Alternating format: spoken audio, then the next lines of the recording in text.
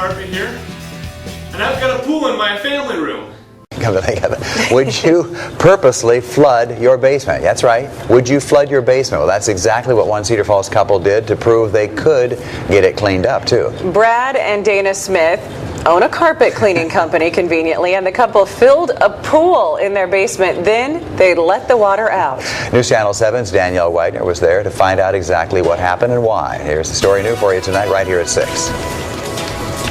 The Smiths of Cedar Falls are intentionally using this pool with 1,000 gallons of water to flood their basement. Of course, it was my husband's idea. Dana and Brad Smith say in some cases, everything impacted by floodwater can be salvaged. We're so confident in our ability to dry a structure out and dry carpets that we're willing to prove it by doing it to our own house. The Smiths let the water flow. They want this flood demonstration to be a learning experience for clients and themselves. We want to experience it for ourselves and live it, displace ourselves so that we understand more fully what they're going through. The Smiths are positive they can clean the water up without any concern of mold or mildew. If I did not have the education that I have, I would have said no. I would have said, you know, I don't want to risk having things get ruined. As you can see, the water ran rampant, soaking the floor and walls. The Smiths let the water sit for several hours, as in most flooding situations. We have every tool necessary to salvage everything without tearing anything up. Those tools include this extractor, which literally sucks up the water. When gone, drying equipment is set up. The Smiths admit it's a lot of work to prove a point, but they hope their demonstration helps educate homeowners about their options. In Cedar Falls, Danielle Wagner, Iowa's News Channel 7. I want to point out the method that the Smith used today to save everything only works with clean water.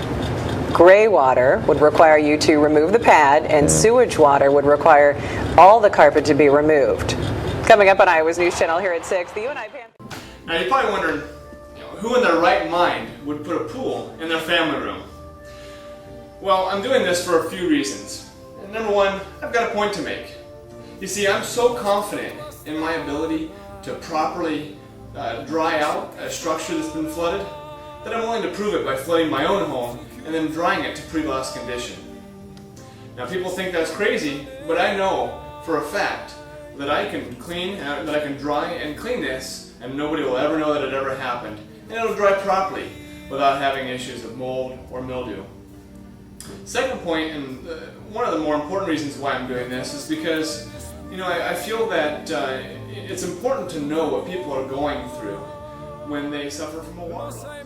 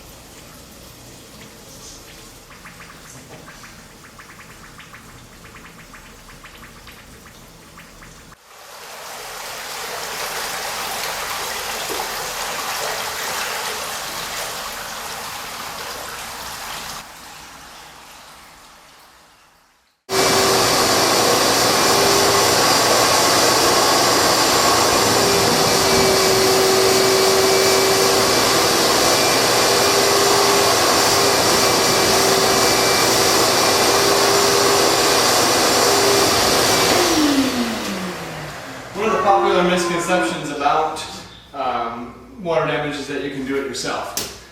I've been shop vacuuming for a little while here, and so what I wanted to do is pull the corner up and show you what the pad looks like underneath. A lot of people think, well, it doesn't feel too bad. It's not horrible bad, but if you pull back the carpet, and if I pull this pad up, I can still wring water out of it.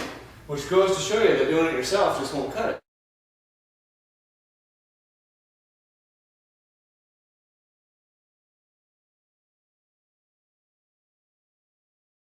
A lot of carpet cleaners in general believe that if they just use their carpet cleaning wand, which has a tremendous amount of suction, I will say, to extract the water, then that's enough. So let's go ahead and do that and see how that works.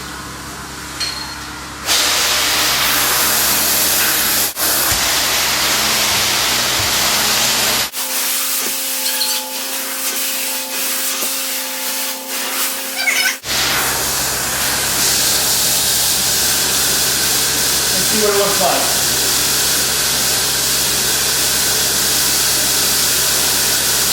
Now, once again, wringing wet pad. So in a situation like this, we know that this method doesn't work either.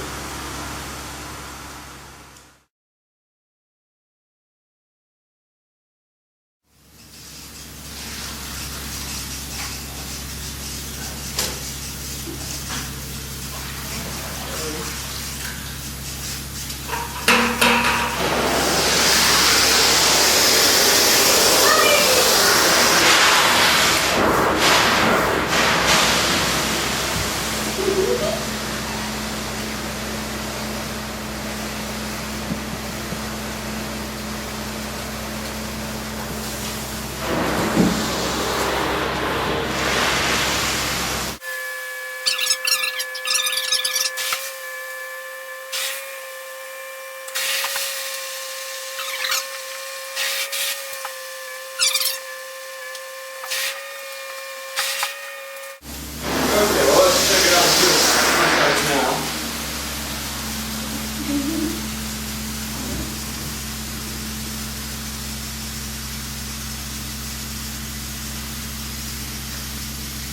Oh, I got a couple of drops out of it.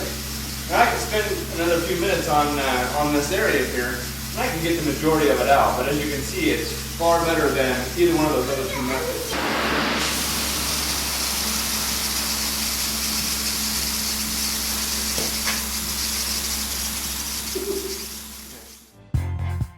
We got it together, didn't we?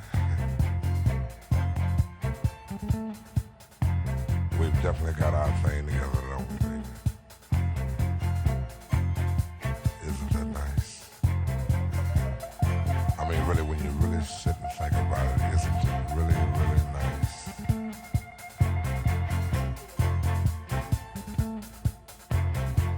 I can easily feel myself slipping.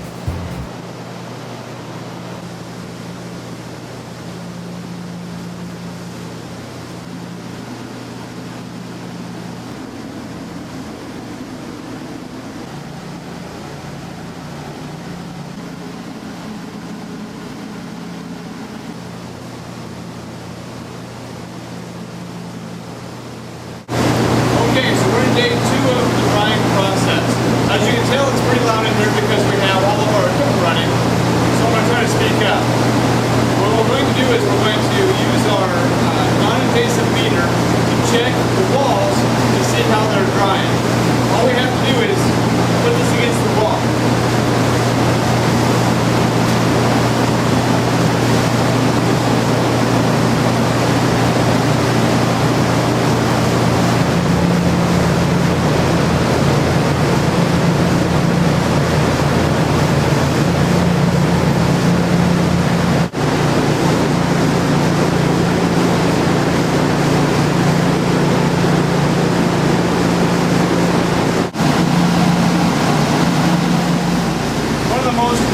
Places when a person has water damage are the wall plates. Now the wall plates sit on the floor, and that's where all the studs attach to.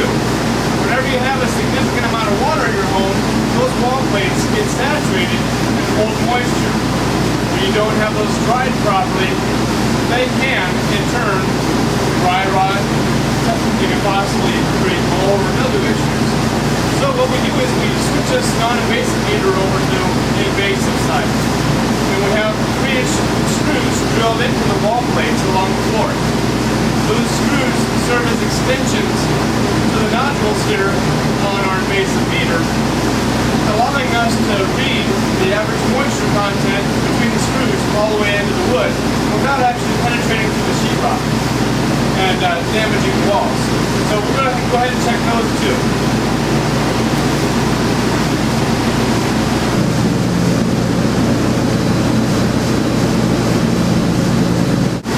So what we found with this is that based on what our meter's saying is that there's still quite a bit of moisture in the wall plate. So what we have to do is make sure that we continue to make the air really dry and warm, so it'll help it to evaporate out of the wall plate. We'll continue to blow air over the top of it so that it helps to speed up the drying process. We're going to go ahead and check back on this one. Well, we're going to go ahead and check the wall plates underneath in the closet here as well. Even though it's pretty inconvenient because there's a lot of hassle involved, it's very important to make sure that we check every single wall plate for moisture. If we don't, we could have some difficulties in the future.